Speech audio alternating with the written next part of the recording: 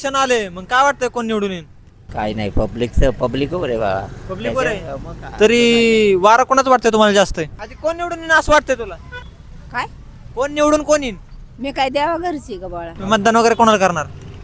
मतदान बघू आता.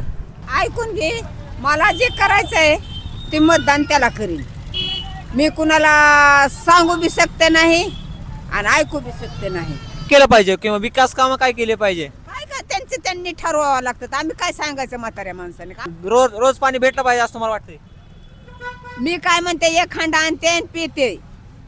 तो त्या म्हाताऱ्याला विचार, त्यांनी दररोज पाणी लागतं. आता भरपूर आहे दादा. इथं पहिली बात तो आपण येतो तेव्हा तो नाला लागतो की इथं एकदम स्वच्छता आहे, कचरा फेकायला जागा नाही, प्रॉपर काही नाही. अजून इतर बी गोष्टी आहे. इथं पेट्रोल पंप नाही नियर बाय, तिकडं लांब जावं लागतं. जो हमारे जो एरिया में इस एरिया में केशव नगर में पर्टिकुलरली बोले तो रोड का जो है ना कंस्ट्रक्शन वो ज़्यादा इंपॉर्टेंट है. वो अगर ठीक रहे और एक बार बनता है तो कम से कम 4-5 साल तक रहे, वो ज़्यादा इंपॉर्टेंट है बस. और मला म्हणायचं राजकारणात यंदा वारं कोणाचे? तसं नाही सांगता येणार. काम कोण करते? बीजेपी करते का राष्ट्रवादी करते? असं काही कामं कोणीच नाही करीत. राष्ट्रवादीला टाकणार का बीजेपीला टाकणार, शिवसेना. रोडची काम आहेत आमची इथं, गटर लाईन आहेत, पाणी नाहीये कॉर्पोरेशनचं. नाही असं सांगू नाही शकत कोणाला. कोण निवडून यावं हे नाही वाटत. कुणी काही निवडून यावं, त्यांनी ती कामं करावी. पोरांना खेळायला जागा नाही, ते सिरमनं कब्जा करून ठेल तिथं. चांगले आता काहीच नाही हो दादा.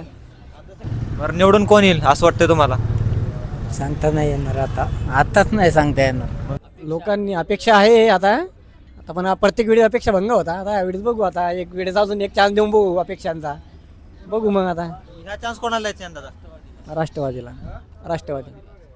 बघू, आमचं मतदान आम्ही ठरवणार कोणाला काय. तर आपल्या प्रभागामध्ये कोणता उमेदवार चांगला असतो मला वाटतं काम करणारा?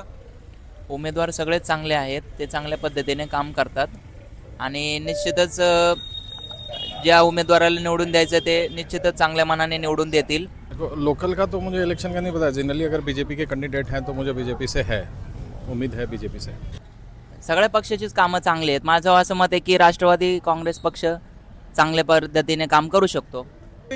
उमेदवार काय कामं करतील किंवा काय कामं करू शकतात?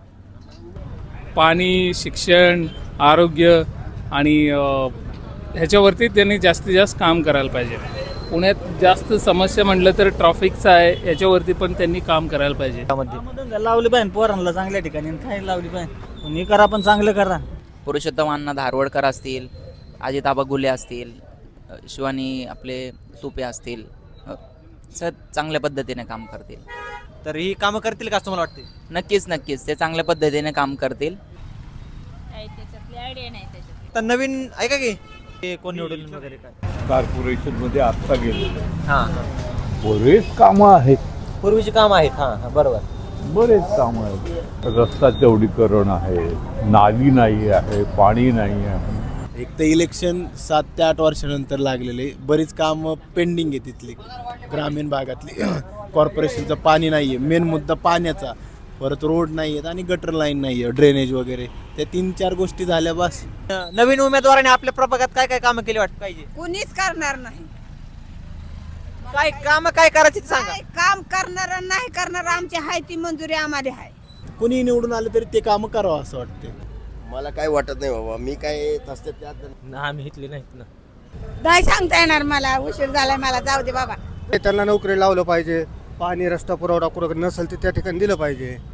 आता रोड केलेला आहे किंवा रोड आमदारवाल्यांना करलाय तो, त्यांची प्रायव्हेट प्रॉपर्टी ती. ही सगळी कामं कोण करला असतं मला वाटतंय? सरकार त्यांची वर असल्यामुळे त्यांच्याकडून अपेक्षा आहे आम्हाला की ते कामं करतील. आम्हाला की ते पुण्यामध्ये त्यांचं ते होमटाऊन म्हटलं जातं, बालेकिल्ला म्हटला जातो राष्ट्रवादीचा, की ते इथं चांगल्या प्रकारे आम्हाला चांगले कामं देतील, मुलांसाठी अजून ऑपॉर्च्युनिटी उभे करतील जॉबसाठी वगैरे. एवढंच म्हणणं, बाकी काही नाही.